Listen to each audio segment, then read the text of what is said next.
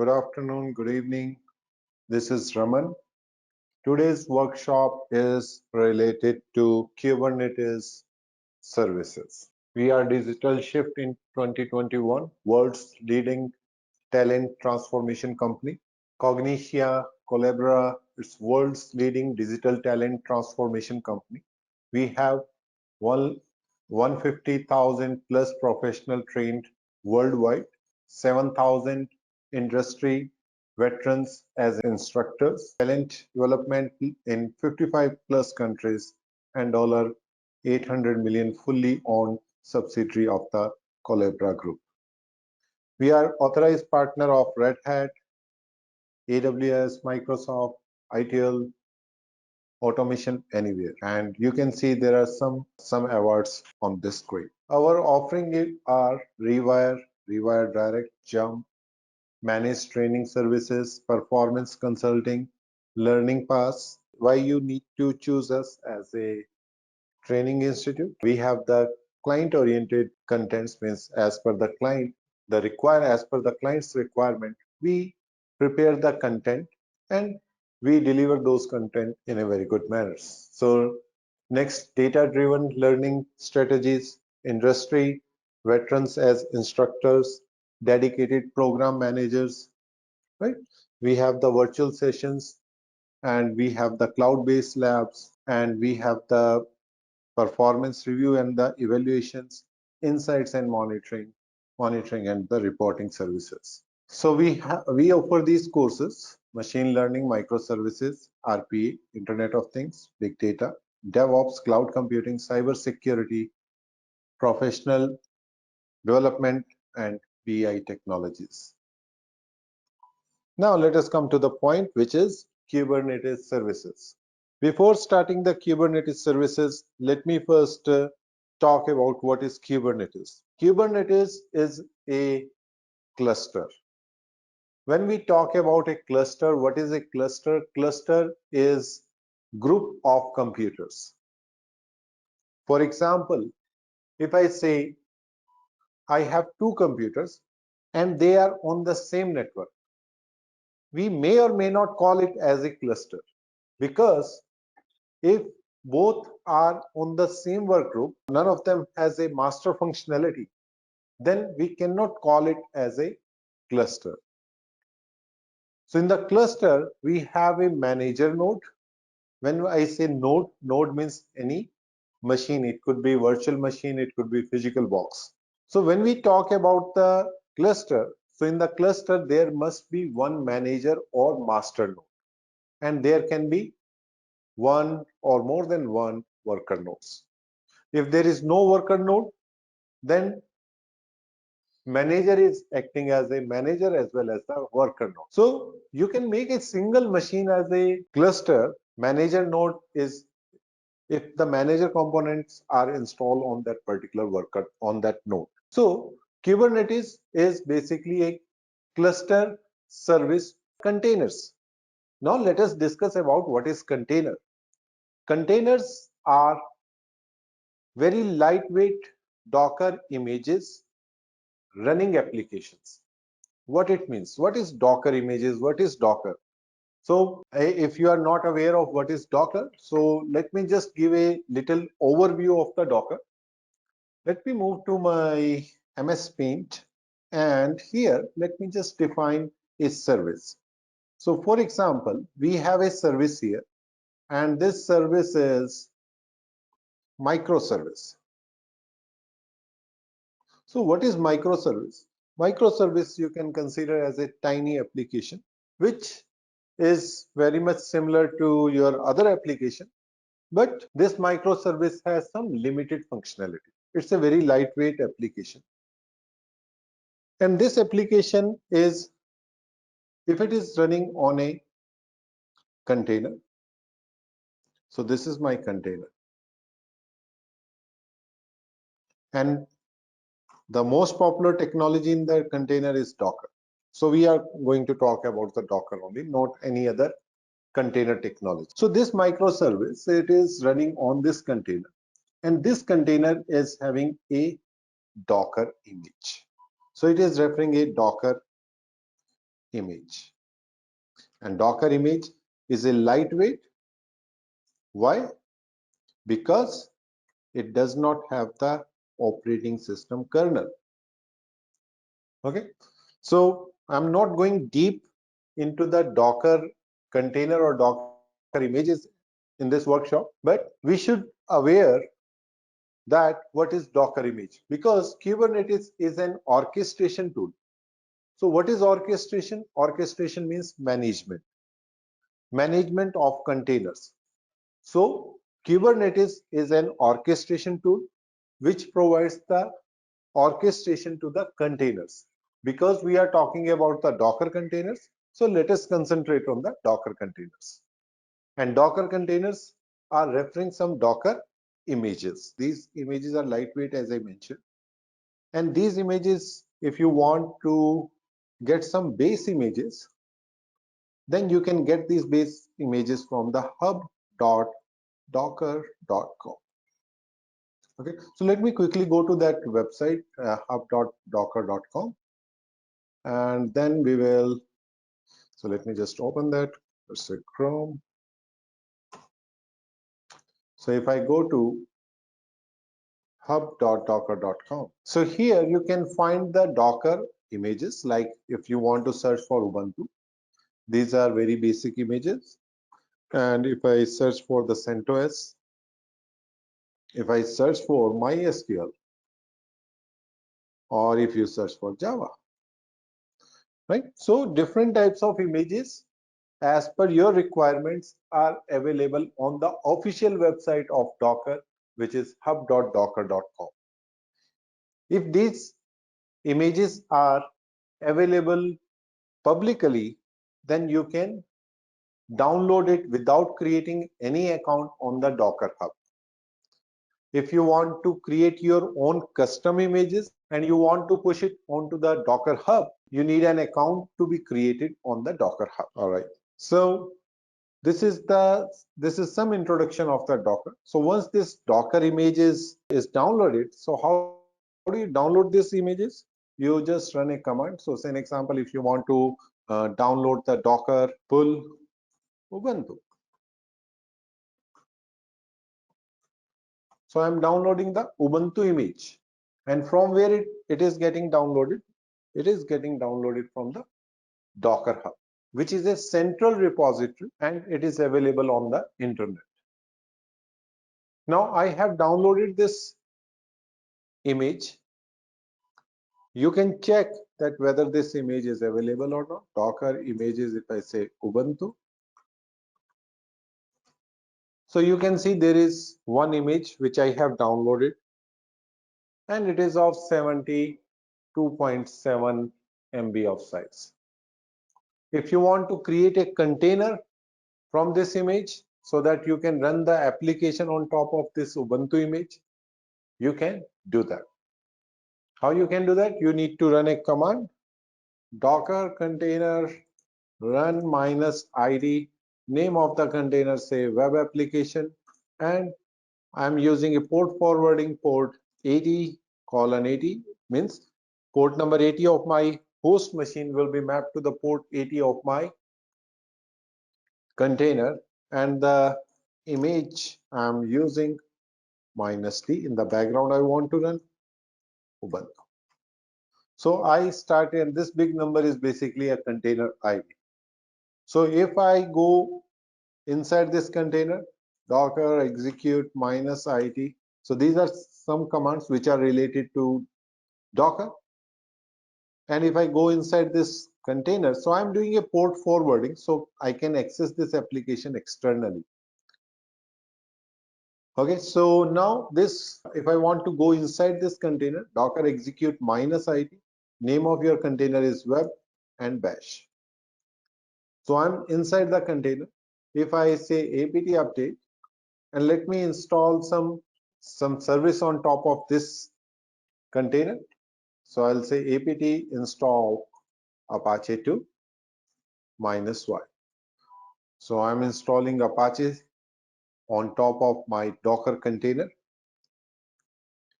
Here it asks some questions. Let's give some So it is basically asking for the geographical area and the time zone. So I have provided that value.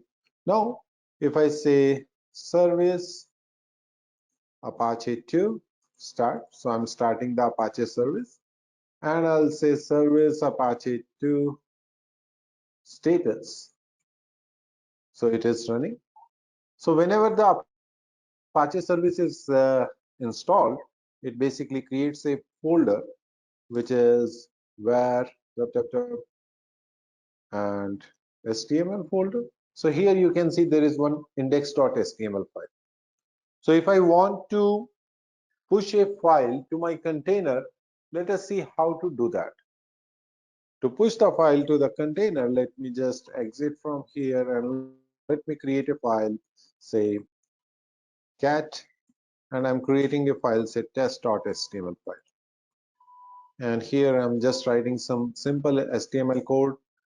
This is test web page.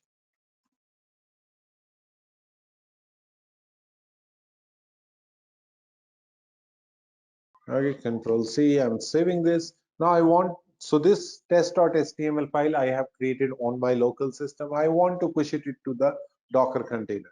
So the command is docker copy and test.html.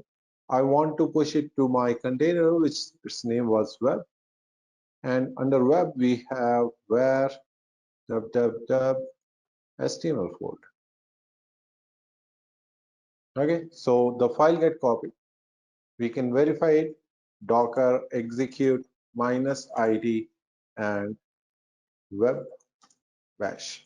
Okay, so I'm inside the container, and if I say ls/where/ HTML, so you can see test.html is available.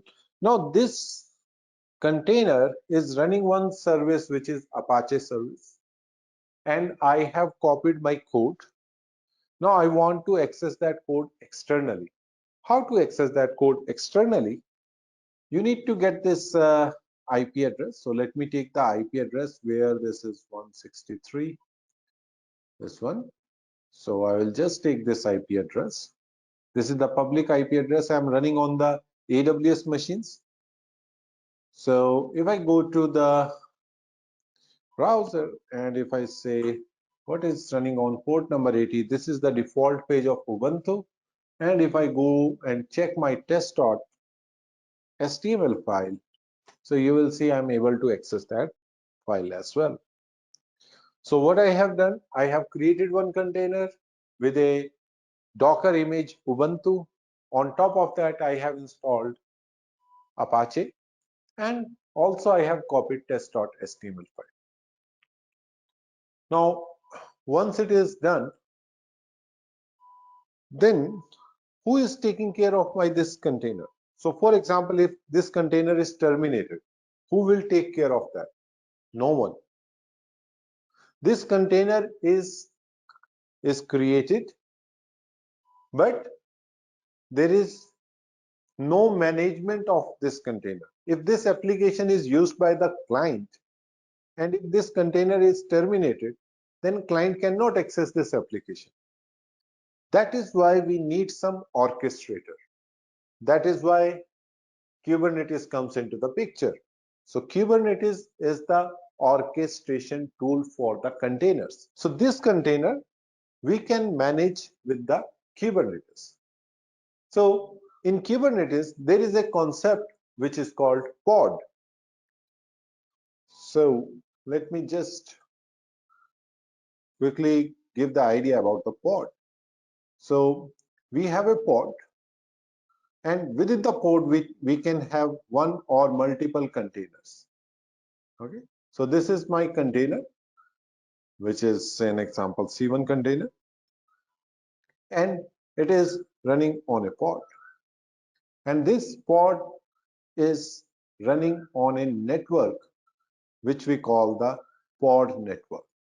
So this is my pod network, and this container, this pod is running on this pod network. Again, if we go in the detail that how the pod network get created. Actually, we use some plugin. With the help of those plugins, we can create this pod network. So one of them is the Calico, which we are going to use in our training. So with the help of the Calico network plugin, what we can do, we can create pods on the top of the pod network. So pod network get created with some network plugins. So as I mentioned, we will have the Calico. Every pod network has one CIDR range. So for example, if I have 192.168.0.0/16, okay, so this is the CIDR range, which if your network is having this CIDR range, means whatever the pod get created, it will be under this IP range or the CIDR range. Now this pod get created. This pod is having one container. So container is what? Container is having a Docker image. So now let me just show you how to create that. So let me exit from this container, and if I say docker rm-f, it will remove the container. I want to remove web container get removed. Now if you want to create a pod, so first of all, when I say pod, when I say Kubernetes, so Kubernetes is basically, it is the cluster. It means there are multiple machines. So let me check whether, so if I run this command kubectl get nodes, so these are the nodes which are in my Kubernetes cluster. Out of them, there is one master node and other two are the worker node. What is the difference between master node and worker node? First of all, master node has different set of components and worker node has different set of components. Okay, so that is a different agenda. But here, if I talk about the master node, so master node is the one who is managing the cluster, and worker nodes are the machines or virtual machines where actual containers are running. So this is the main difference between the worker node and the master node. So every request which get executed in the cluster, it is coming via master node. Okay, so there is a master node and I have two worker node, and I named it worker node 1, K worker node 1, and K means K for Kubernetes, worker node 1 and worker node 2. All right, so now I can create a pod inside this cluster. So let us create a pod. So there are multiple ways to create the pod. I am using a method. Say I'll call it pod.yaml file, and I will say API version. So I'm writing a YAML script, which is a manifest file for the Kubernetes. So API version, and which is v1 kind pod metadata, and the metadata I'll say name of the pod. I will call it as the Nginx.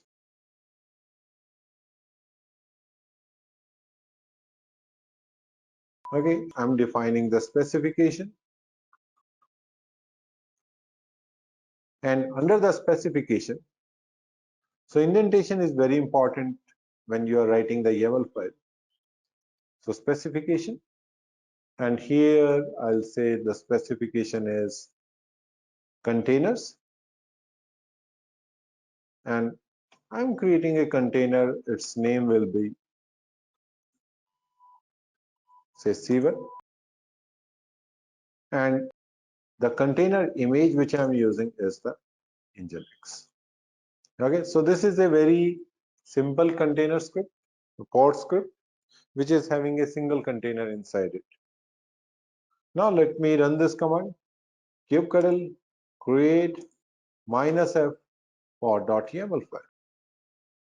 Now my pod get created. You can verify by running a command kubectl get pods. So you can see this pod is in the running state, and if I say kubectl get port minus O void, so it is running on my worker node 2. So there is one IP address which is assigned to my pod, and same IP address is basically for the container. So every pod is having one or more container. The pod which I am having, it is having a container C1 which is running with the Nginx Docker image. So let us check that.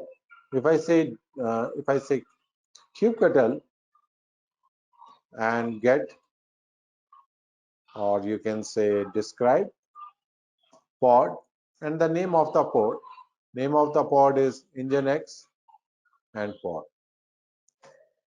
Okay, so here you can see what are the events which took place, and here you can see there is a container C1 and we are using image Nginx.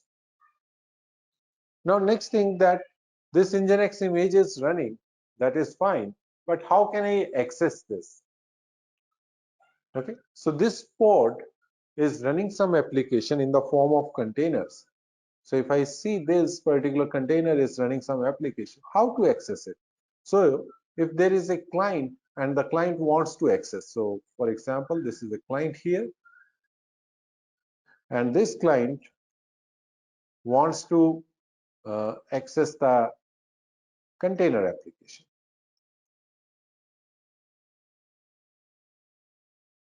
So what we need to do to access this pod, because this pod is running on a pod network which is internal, and pod can be terminated at any time.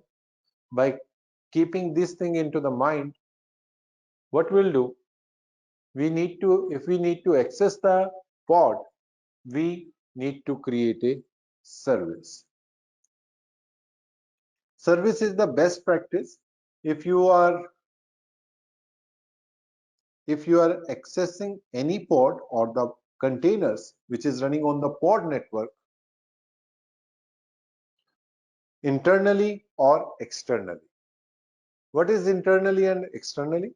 If you want to access an application which is like database application, then you are basically accessing it internally. You are not exposing outside the cluster. Whereas if you create a web application, then you want to access it externally, right? So if you are accessing the application internally or externally in the Kubernetes environment, the best practice is use services. So we are going to discuss about these services here. So this service is having a static IP address. This service is having a static IP address.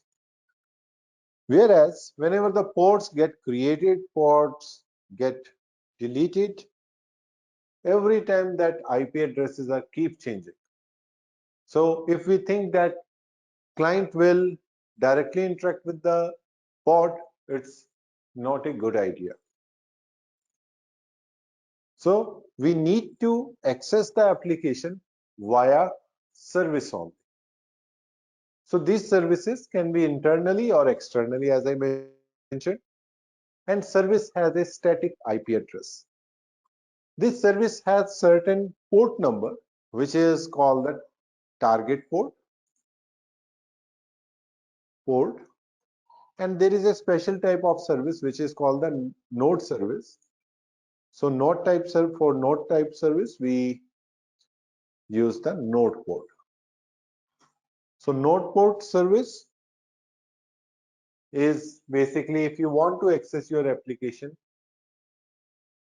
externally with some public IP address or outside your cluster, then we use the NodePort service. So here, if you see the pod is running and it is having one container, and consider this container is running on port number 80.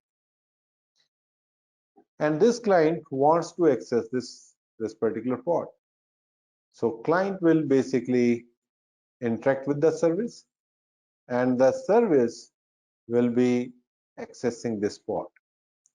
How service will know that this port there could be multiple ports. How service comes to know this particular pod belongs to me?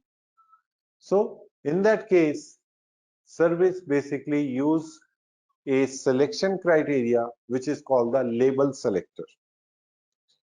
So it basically, label is a property of the pod which basically used in multiple ways. Whenever we are creating replica set, deployment, replication, daemon set.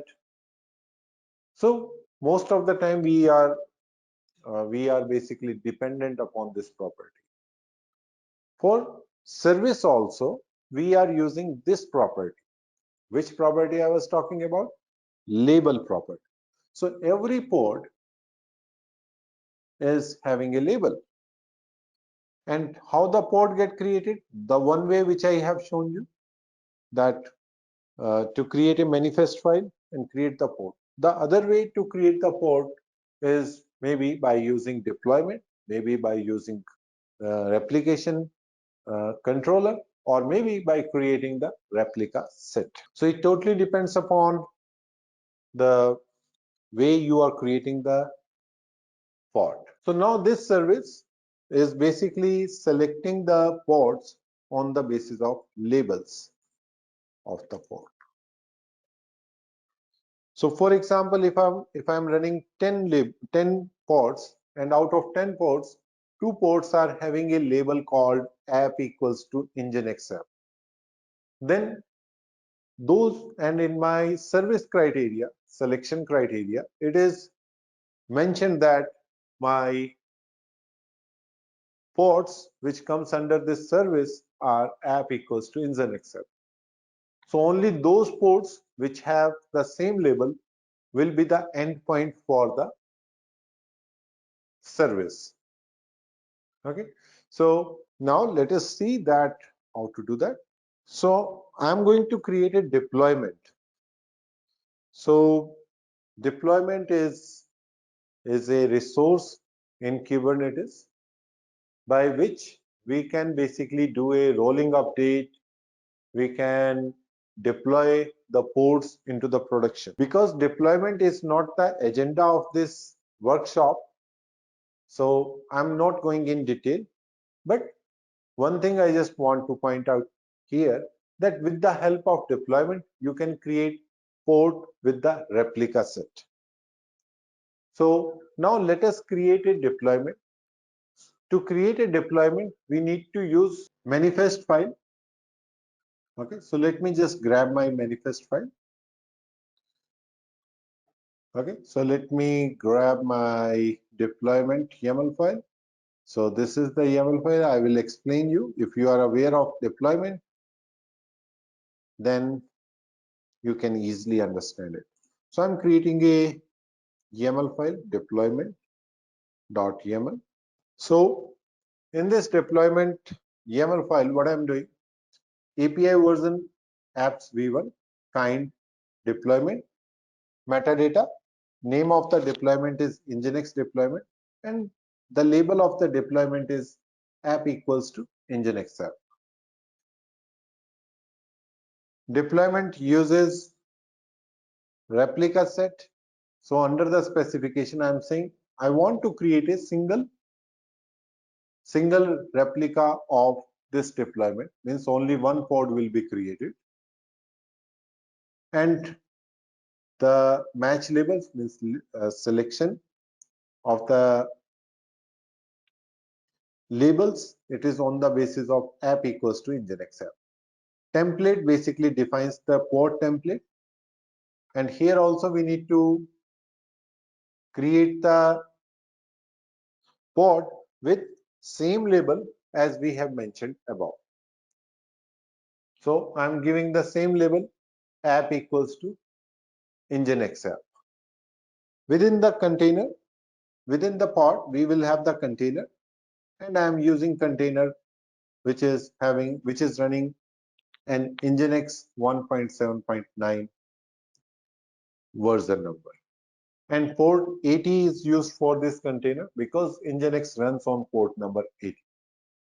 All right, so here you can see that we have created API version apps v1. So there is a question that what is this? This is basically the API version which we have for each and every resource. So for example, if you are creating pod, then it is v1. If you are creating deployment, it is apps v1. Okay, so there is a table by which you can refer and give the API version accordingly, or it depends that which object you are using. So like in this case, I'm using deployment. So for deployment, it is apps v1. Then kind deployment, right? So I have already discussed this thing. Let me save this and let us create this deployment. So kubectl and create -f deployment.yaml. Now deployment has created. So once the deployment get created, it creates the one replica set. Kubectl get all command if I run. So you can see there is one replica set got created. Deployment got created. Service got created. The service was already there. This is not the service I am talking about. There is a pod get created, which is the deployment pod. This pod was already there. Let me remove this pod, which is not required. Kubectl delete pod, and the name of the pod is Nginx pod.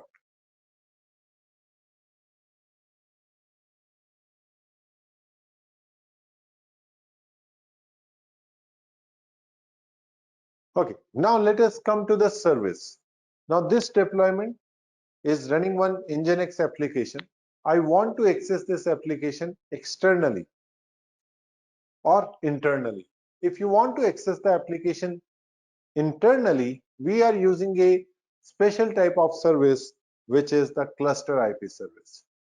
So let us come over here and just walk through this overview. What is service? It is an abstract way to expose the application running on the set of ports as a network service. With the Kubernetes, you do not need to modify your application to use an unfamiliar service discovery mechanism. Kubernetes gives the port their own IP addresses and single DNS name for a set of ports and can load balance across them. So whenever you are using the service, so service has inbuilt feature which is the load balancing. So it means if there is a lot of traffic coming to your Kubernetes environment, it will be load balanced by the service. You need not to create any separate load balancer. If you want to create, it's your wish, but uh, that capability Kubernetes service has. So when we talk about the services, there are three types of services which is supported by the Kubernetes: ClusterIP, NodePort, load balancer service. So let us talk about ClusterIP service. If you want to access the ports within the cluster only, that is why it is called ClusterIP service. Then we use the ClusterIP service. And if you want to access the application externally, then you use NodePort service. When you are using NodePort service, then the port number 30,000 to 32,767 should be opened on the worker node. Okay, and these ports are on the machine level I am talking about. Let me give you one example related to this. So for example, now this deployment we have created. Under this deployment, I have this service created. So let me go and create a service. If I say vi service dot YAML file, and here what I have mentioned, API version v1, kind, I want to create a service. Metadata, the name of the service is my service. I'm using a label so that it can refer to those applications which are running with this label, app equals to Nginx. Now specification, The selector will be app equals to, it means it will select only those ports which has label app equals to Nginx app. And the type is NodePort. Okay, so this is the type of the service. I'm creating NodePort service. So there are three types of ports which we use in the NodePort service. One is the target port. So what is target port? So target port is the port of your container. Okay, so Nginx service is running on port number 80. So it means my container's port is port number 80. So this is the target port. Second is the port. This port indicates that your service port which is mapped to your container port. So service port 80 is mapped to container port 80. And third is node port. The node port is the port number of your local or your cluster which is mapped to the service. So if you want to access this application or this service, then you need to use this port number, and I will show you how to do that. So let us save this and let me create the service. Kubectl create -f service.yaml. So service got created. Kubectl get service. So you can see there is a service get created which is my service. It's a NodePort service, and this is the IP address which I mentioned. It's a fixed IP address. So this is the IP address of my service, and here you can see the port mapping, port 80 and port 31111. Now if I want to access this service, let us describe this service. If I say kubectl and describe service, and the name of the service is my service. Okay, so here you can see it is running with these labels. Okay, and selector app equals to Nginx app, endpoint. So this endpoint means what are the different ports which are associated with this service. So with this service, there is this endpoint is associated, this port is associated. So if I see the IP address of my port kubectl, and if I say get ports -o wide, so you will see this is the IP address of my port and it is the endpoint for this service. So it means if you access a service, it can reach to this particular port, right? So it will reach to this particular port. Now this port number 31111 port. So if I say curl localhost, let me clear the screen, localhost and colon 31111. So you can see I'm able to access the Nginx. Same way, if I go to my this page, then I can say colon 31111, and you can see that I'm able to access page, right? So I'm able to access this page with the help of the service only, NodePort service. So that 31111, that is the port number which was exposed to the cluster level. Okay, so I had given the IP address of master, but it is not necessary that you need to give the IP address of master only. You can give the worker node's IP address as well. That port number should be open, then you will be able to access this. I'm running my cluster on AWS environment. So, and I have opened those ports 30,000 to 32,767. So that is why this particular port is accessible with my IP address. Okay, so now let's create a cluster IP service. To create a cluster IP service, what you need to do, let me remove this service first. It is not necessary you need to remove it, but I'm removing it to show you the example of the cluster IP service.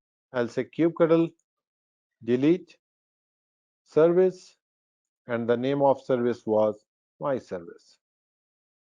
So this service got deleted. Now I will open that YAML file which I have created for the service. Here, what I'll do, instead of NodePort service, I will make it cluster IP service. Because cluster IP service is used internally, therefore I don't need the NodePort. I don't need this. This is only for the NodePort service. Now let me save this, and if I say kubectl and create -f service.yaml file. So now this service got created. If I say kubectl get service, so you can see there is a service get created which is a cluster IP type service.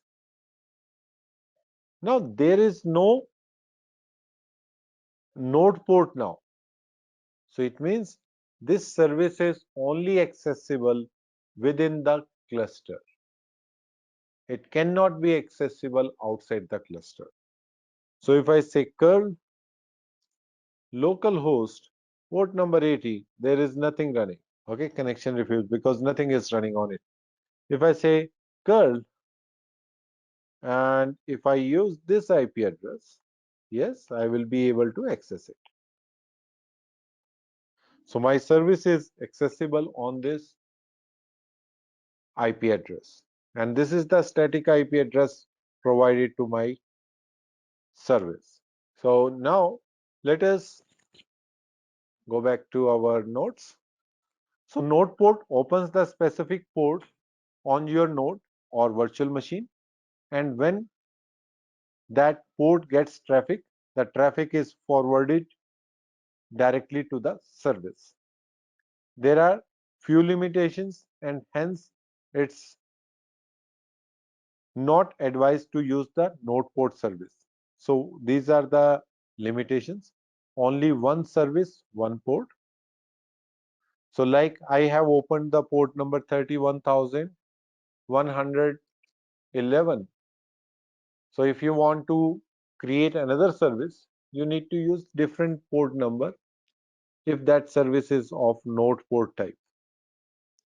You can only use port 30,000 to 32,767. You cannot use any other port numbers. So these are some limitations. Third type of service is the load balancer service. This is the standard way to expose the service to the internet. All the traffic on the port is forwarded to the service. It's designed to assign the external IP to act as a load balancer for the service. There is no filtering, no routing. Load balancer uses the cloud service. Okay, so if you want to get a new IP address, new external IP address for your to access your service, and it is mostly used for the load balancer of your cloud. That IP address will be provided, and with the help of that IP address, we can access the application. For example, if I go back here, so this is the load balancer deployment I have already created. So let me just copy paste this code for the load balancer. Let me first remove the cluster IP service. If I say kubectl delete service and my service. Now I'm going to create a load balancer.yaml file.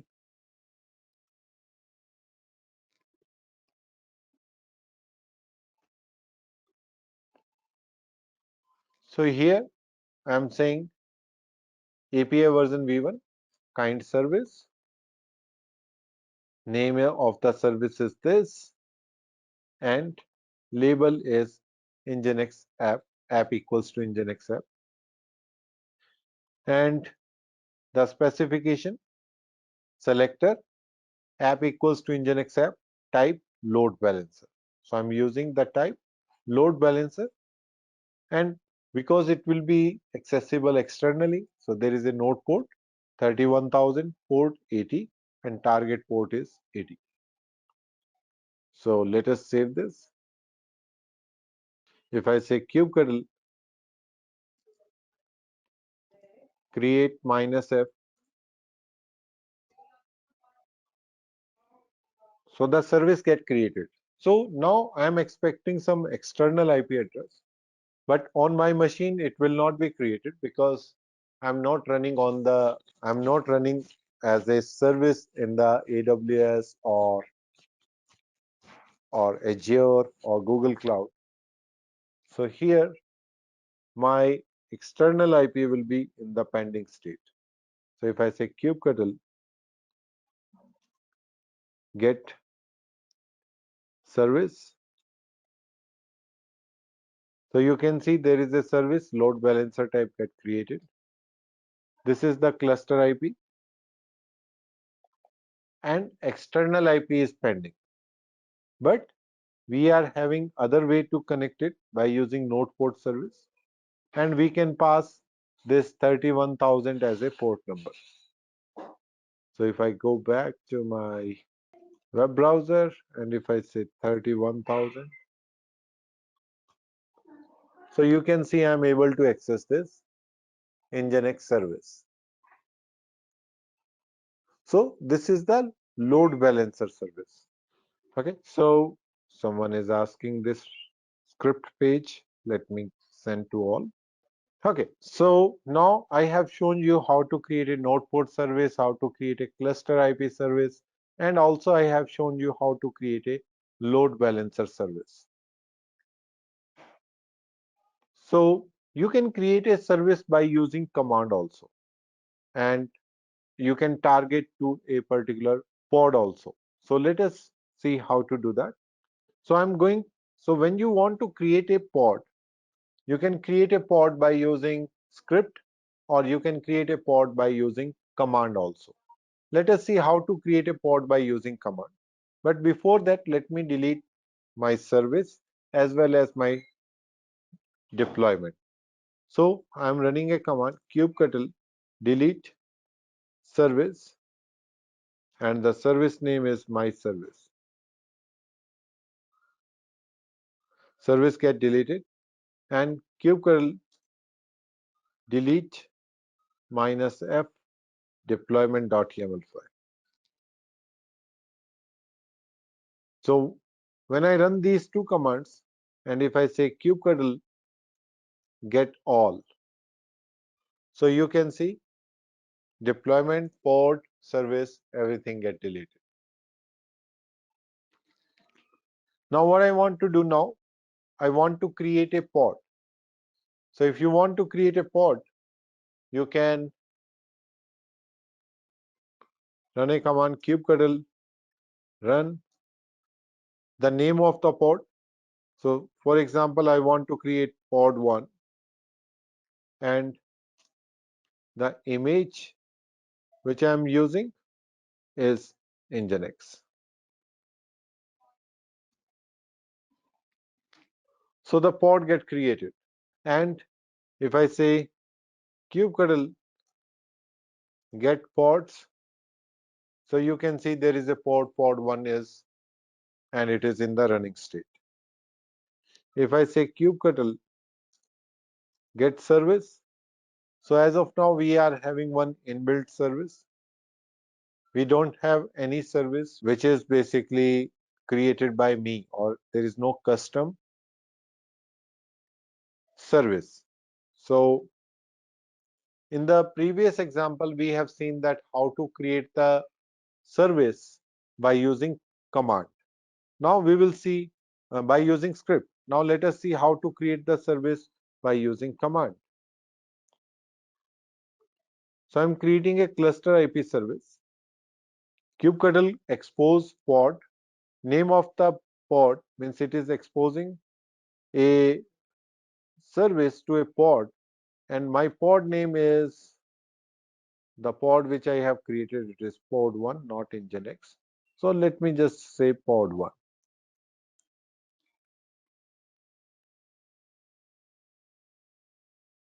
And type of service which I want to create is ClusterIP service. And the port number 80, because pod 1 is running Nginx service which runs on port number 80. Pod 1 got created. So this service name is pod 1 only. So if I say kubectl get service, so you can see pod 1 service get created, which is of ClusterIP service. This way also you can create the service. How to create the containers, multiple containers. You can create multiple containers by running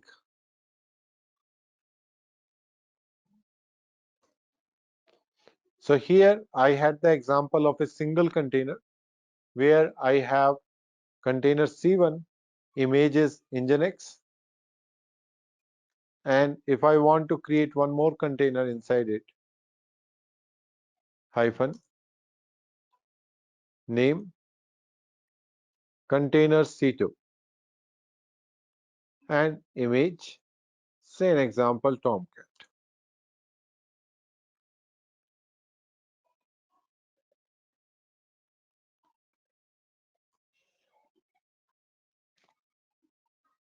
Now if I create a pod, then this pod will have two containers inside it.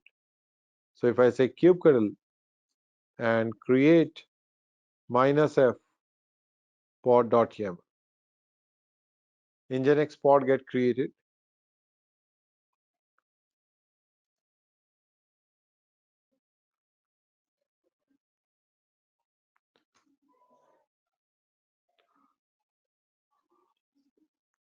So this pod is in the creating state. Let us wait this to be created. So 0 out of 2 means 0 container is ready out of 2 containers, because we have mentioned 2 containers, Nginx and the Tomcat. Okay, now 2 out of 2 are ready. It means both these containers are available under a single pod. You can check with the kubectl and describe pod and the pod name.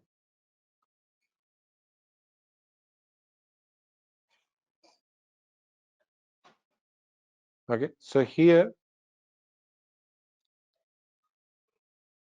you can see that there are multiple containers. So I have pod 1, container ID is the Docker container ID, and the image Nginx,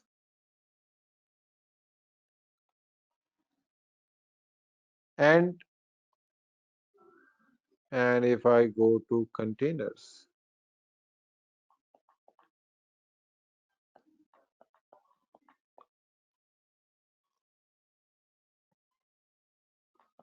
so there are two containers, container 1 and container 2, and both are running on a single machine. right? And this container C1 is having Nginx, and container C2 has the Tomcat Docker image, right? So this way you can create the multiple containers. Yes, if you put it into the same template, pod template, then you can create multiple container on the deployment level as well. Okay, so let me take some questions now. All right. Thank you very much for joining. See you. Bye-bye.